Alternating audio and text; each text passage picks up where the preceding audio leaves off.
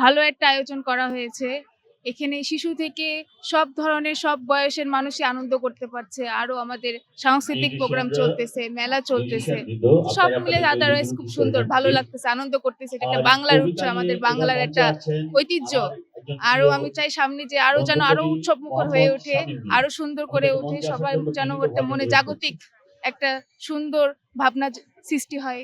আমাদের বিশেষ আকর্ষণ সাংস্কৃতিক পর্বটা সাবরিনা সাবা দেখতেছি, ভালো লাগতেছে। রাস্তায় আছেন, অতি বন্ধের দ্রুত দিন, আমাদের স্কুল এখানে বন্ধ, চলে আসবেন।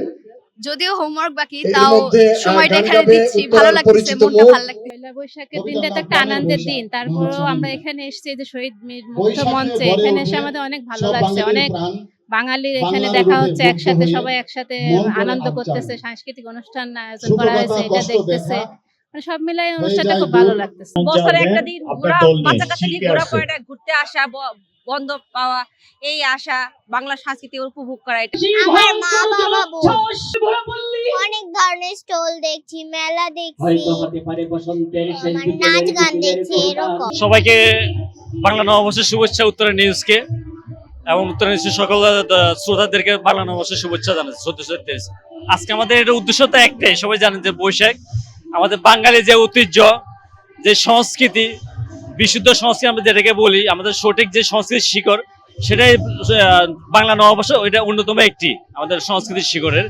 যে আমাদের বৈশাখের সংস্কৃতি ছড়িয়ে দেওয়ার জন্য যে শহরের মধ্যে কোলাহলে উত্তরার জায়গায় আমরা আজকে একটি ব্যতিক্রমে এই আয়োজনটা আর কি করেছি, যেখানে বাউল গান, ব্যান্ড এবং সাথে আপনার মেলা, লোকজ মেলা, এগুলো নিয়ে আমাদের আজকে মূলত এই আয়োজনটা আমাদের শুরু করা আর কি।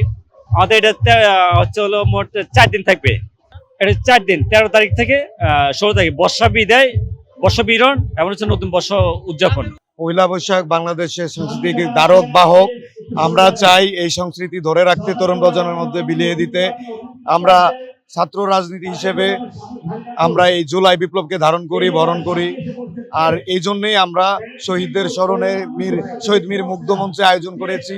আমরা চাই আমাদের পরবর্তী প্রজন্ম আমাদের যে বাঙালির যে কালচার, সেই কালচারটা যেন সকলে ধরে রাখতে পারে, এই জন্য আয়োজন।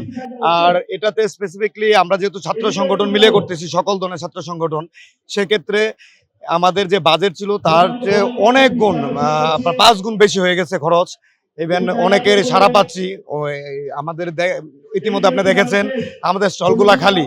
আমরা এখানে বিজনেস করতে আসি নাই, আমরা আসছি আমাদের প্রজন্ম যারা আছে তারা যেন বুঝে, দেখে, জানে, পরবর্তীতে যেন যারাই আসবে এটা পরিচালনা করতে বা যারা এটার মেলার আয়োজন করবে তারাই যেন বুঝে যে বাইরের যে পথ দেখিয়ে গেছে ওই পথে যেন অটুট থাকে।